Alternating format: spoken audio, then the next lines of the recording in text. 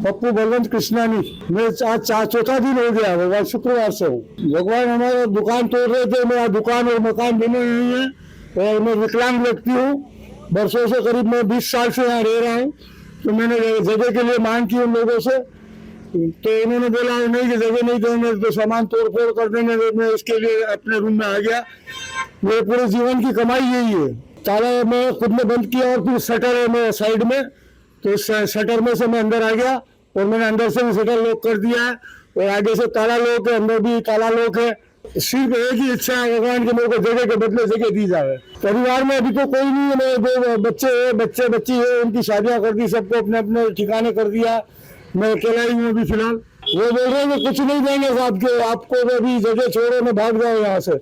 बस यही इच्छा है भगवान मेरी कि बस मेरे को जगह के बदले जगह दी जाए। नहीं दी जाए तो भगवान मैंने बोला पहले भी मैं आत्मदाह कर लूंगा। मेरे पास और कोई विकल्प नहीं है।